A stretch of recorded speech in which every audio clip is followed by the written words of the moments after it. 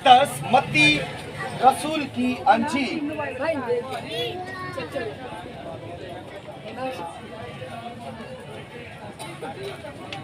मुकद्दस मत्ती रसूल की अंजील और उसका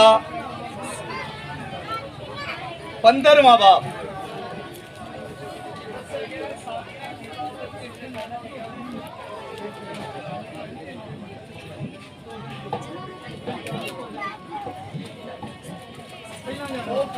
और उसकी 21वीं आयत।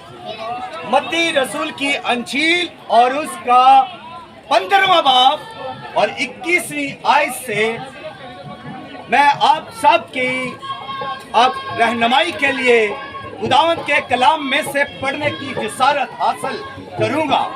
बाइबल मुकद्दस के अंदर लिखा है कि फिर यीशु वहां से निकलकर सोर और सदा के इलाका को रवाना हुआ।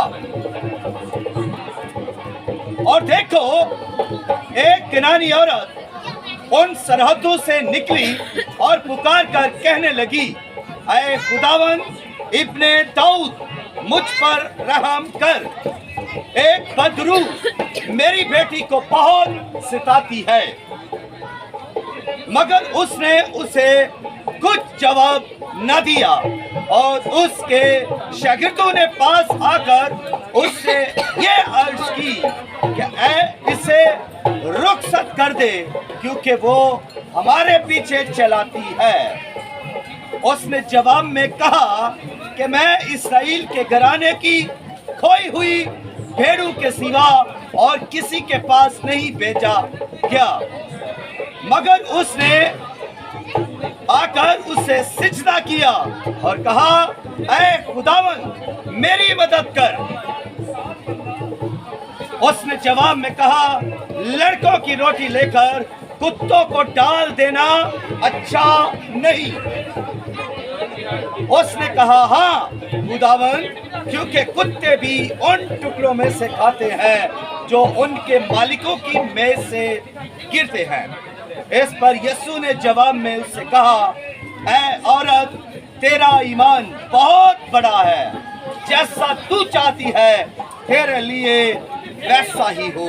और उसकी बेटी ने उसी घड़ी शिफा पाई। खुदावंद के कलाम के पढ़े सुने और कबूल किए जाने पर खुदावंद की बरकत हो। आमीन। खुदावंद का शुक्र हो। सब कहें आमीन आमीन आमीन आमीन। आपने भी बोलना है हालेलुया हालेलुया। इसका अनुमान है, पुकारे जब तक मिल नहीं जाता, पुकारे जब तक मिल नहीं जाता। पीछे से भी बोलते रहे, पुकारे जब तक मिल नहीं जाता। ये औरत जो केनान की औरत है, केनानी औरत है, और किन सरहदों से निकली है? सूर और सदाक की सरहदों से निकली है। ये इलाका कौन सा इलाका है? ये वो इलाका है जो गैर यहूदियों का इलाका है, गैर अक़वाम का इलाका है। ये वो इलाका है जहां पर यहूदी नहीं बसते, बल्कि यहाँ पर गैर यहूदी बसते हैं। कनानी लोग बसते हैं जिनसे खुदा को नफरत है। और खुदा ने बाइबल में ये फरमाया है कि मैं इस कौम का दुश्मन हूं, मैं इस कौम को मिटा दूंगा।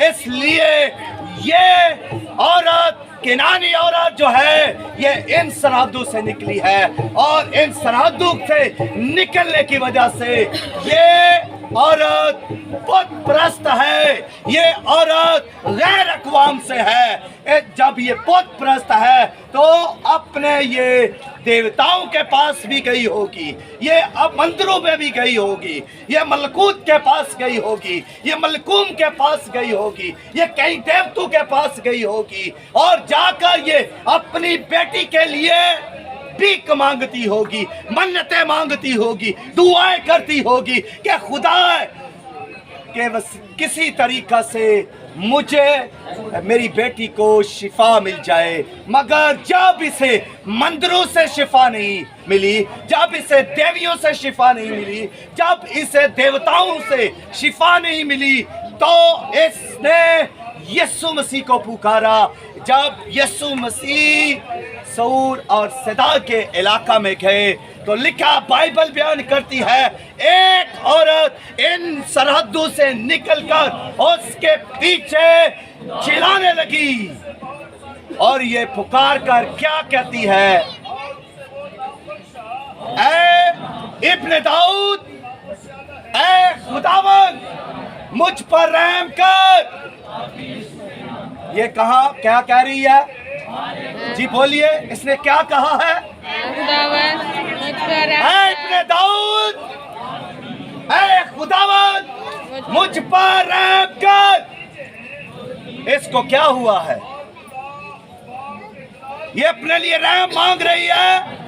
बीमार इसकी बेटी है, बदरू गिरफ्तार इसकी बेटी है, जिसके लिए यीशु के पास आई है, मगर रहम ये अपने लिए मांग रही है। इसलिए ये अपने लिए रहम मांग रही है कि ये एक माँ है, ये एक दुखियारी माँ है, ये एक दर्द से भरी हुई माँ है, ये दुख से भरी हुई माँ है। ये अपनी बेटी के दुख को जानती है। जब बदरू उसे सताती है, जब बदरू का वजन उस पर आता है, जब वो बदरू का बोझ उसकी बेटी पर आता है, तो उस वक्त ये देखती होगी कि बदरू इसकी बेटी को कैसे सताती है, कैसे तंग करती है, कैसे मरोड़ती है, कैसे उस वक्त इसकी बेटी सिसकियां लेती होगी। और इसने देखा था, माँ है, माँ बेटी के रोने को, दुख को,